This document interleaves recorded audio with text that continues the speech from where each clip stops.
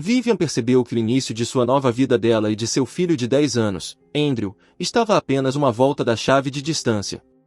Ela tinha medo de girar aquela chave, mas ao mesmo tempo, uma estranhamente agradável faísca estava se acendendo em seu coração, agitando-se e acelerando seu ritmo. Talvez fosse a antecipação de adrenalina da liberdade iminente. O garoto, por outro lado, parecia muito chateado e não reagia a nenhum dos argumentos de sua mãe. "Eu quero morar com o papai", ele repetia incansavelmente. "Filho, você poderá vê-lo sempre que quiser. Ele vai comprar brinquedos para você, assim como fazia antes. É só que, por enquanto, vamos ficar na casa da vovó Stella. Será melhor assim", ela tentava explicar. "Melhor para quem?", perguntou seu filho, indo direto ao ponto, como as crianças costumam fazer. Vivian não sabia a resposta para essa pergunta. Ela e Oscar se conheceram por pura coincidência.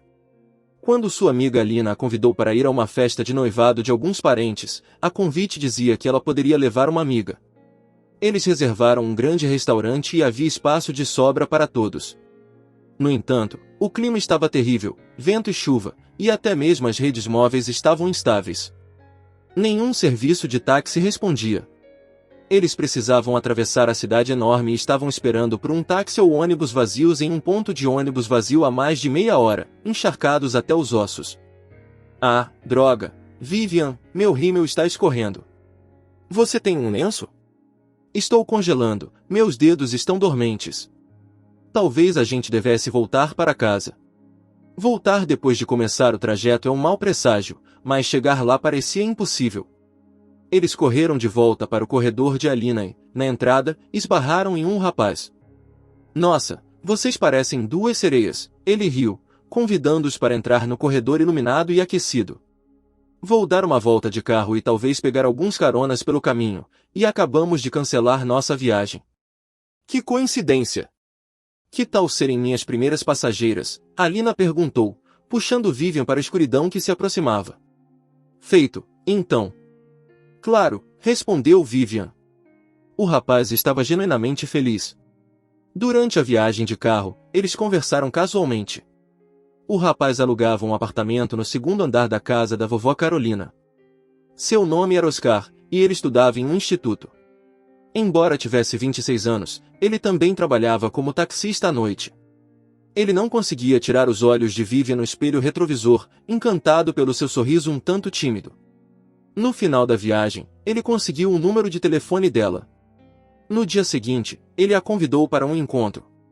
"Parece que te conheço há todos os meus 26 anos e que estive esperando por você a vida toda", disse Oscar calmamente, segurando a mão dela e olhando nos olhos dela enquanto estavam sentados em um café aconchegante, ele com um latte e ela com um expresso. Embora ela tenha ficado corada e timidamente desviado o olhar, algo a fez acreditar na sinceridade dele. Afinal, Oscar era um cara bonito, com um perfil orgulhoso, olhos cinza penetrantes e cabelos escuros. Até mesmo uma barba de 2 dias ficava bem nele. Ele era alto e robusto, e ela combinava perfeitamente com ele. Uma princesa loira de olhos azuis, era assim que ele a chamava. Ela tinha traços regulares, olhos expressivos e um sorriso gentil. Ela era esbelta e frágil. Como ela poderia recusá-lo? A cada dia que passava, eles se aproximavam mais. Um dia, Oscar se ajoelhou no meio de um restaurante caro e propôs casamento a Vivian, estendendo um anel de diamantes para ela. Apenas 10 encontros haviam levado a esse momento. Alina foi a madrinha de casamento. Eles passaram a viver juntos no apartamento de Vivian. Ela trouxe um genro para sua casa, mas todos viviam de maneira amigável. A mãe de Vivian se deu bem com seu genro, e 2 anos depois, optando por não esperar por netos, foi morar no exterior com sua irmã mais velha solteira, que já estava tendo problemas de saúde. 4 anos depois, nasceu Andrew, nomeado em memória do pai de Oscar. Enquanto Oscar trabalhava como gerente de uma oficina mecânica, Vivian estava perfeitamente feliz com seu relacionamento. Embora Oscar não fosse o tipo caseiro, ele passava a maior parte do tempo livre com a família. Vivian viu que ele realmente gostava muito.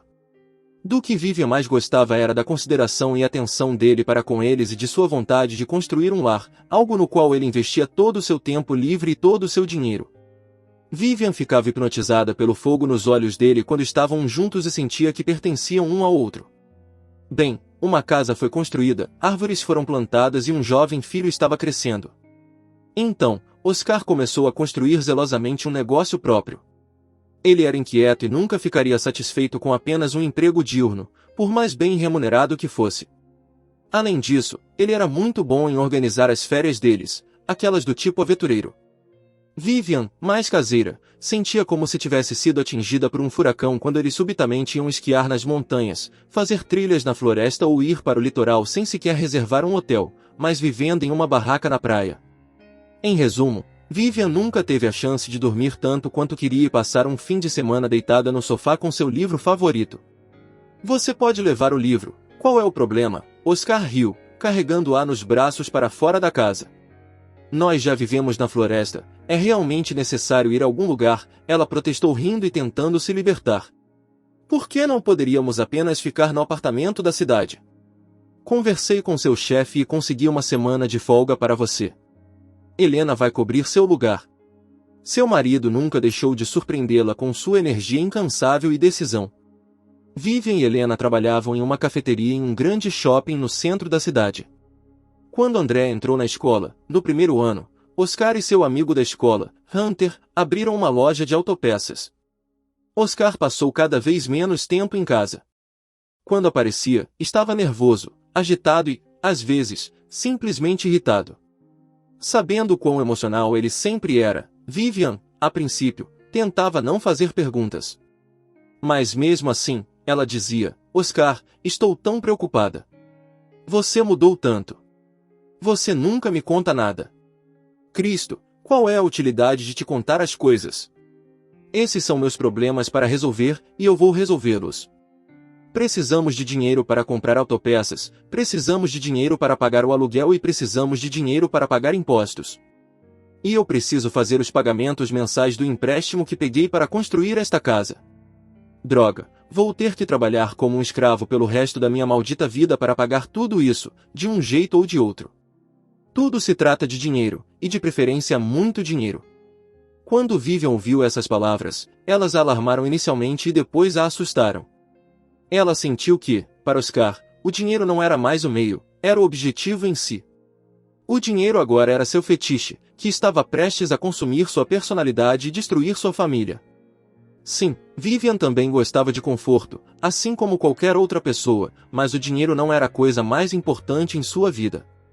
Ela sabia como ser econômica e se virar com o essencial. Sua mãe voltou, trazendo sua irmã consigo. Agora ela tinha alguém para desabafar e com quem compartilhar suas apreensões.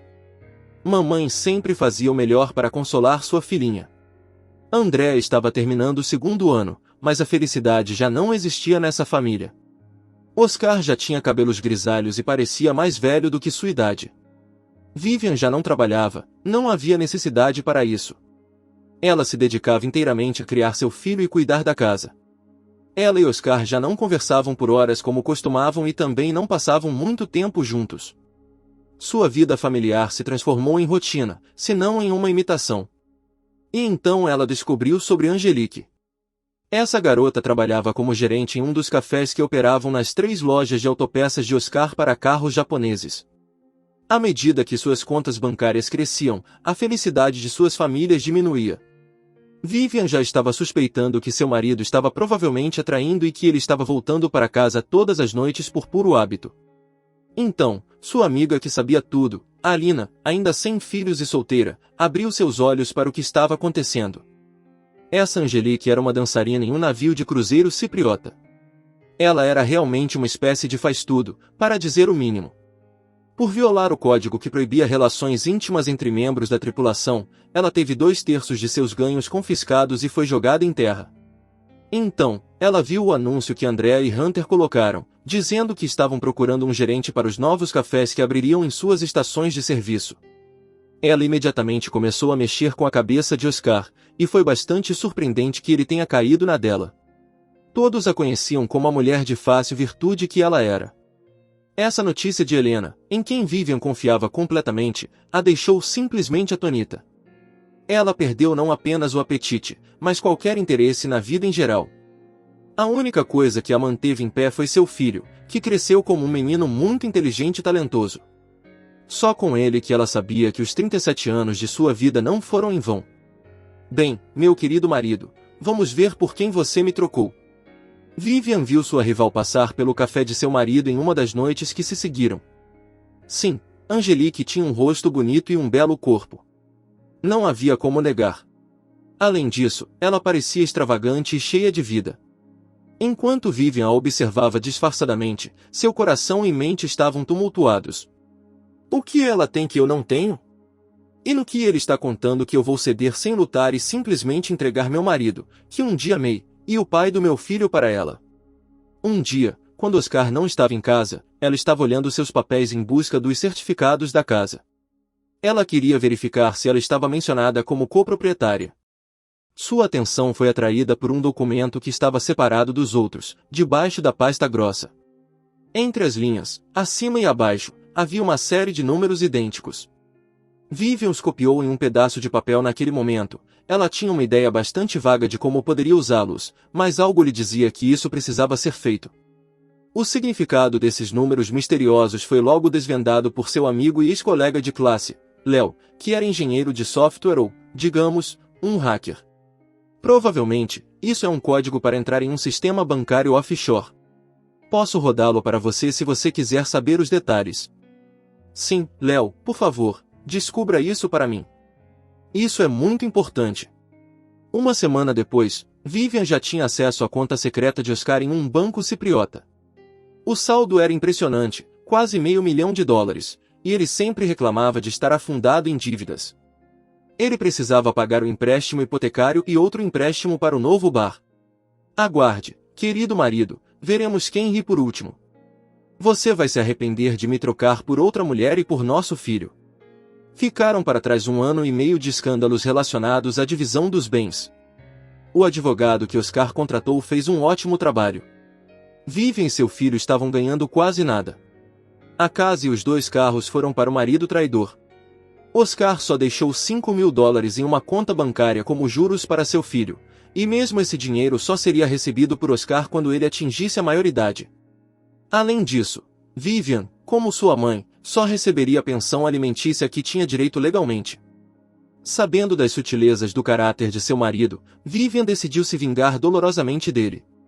Ela iria limpar a conta secreta dele no Chipre, o dinheiro simplesmente desapareceria. Léo já tinha concordado em ajudá-la com isso. Vou te dar $30 mil, Léo, mas é importante que ninguém jamais encontre nossas pistas. Não se preocupe, Vivian, essa é exatamente minha área de especialização. Eu faço hacking desde antes de nascer e não preciso de dinheiro. Você e seu filho precisam mais do que eu. Você vai comprar um bom apartamento ou uma casa. Quanto a mim, ganho dinheiro o suficiente como está. Acredite em mim. Ele deu a ela um sorriso sorrateiro. Acredito em você. Vivian virou a chave na fechadura. Andrew já estava ao lado do táxi. Quando se aproximou do carro, Vivian levantou os olhos para a janela do 2º andar, onde, conforme sabia, seu ex-marido estava agora com um brilho doente nos olhos. Ela esperou ali, esperando que o pano desse pelo menos um leve movimento, mas isso não aconteceu. Oscar ficou de pé, segurando a respiração, e sentiu um alívio imenso. Não foi em vão que ele pagou seus advogados, e tudo correu de acordo com o plano. Esfregando as mãos, ele abriu o bar, com o objetivo de comemorar sua vida livre com um copo de uísque. Vivian subiu no banco de trás e abraçou seu filho mais perto do coração. O carro partiu. Assim chegamos ao fim de mais uma história em áudio. Se gostou, deixe seu like, seu comentário e se inscreva e ative o sininho.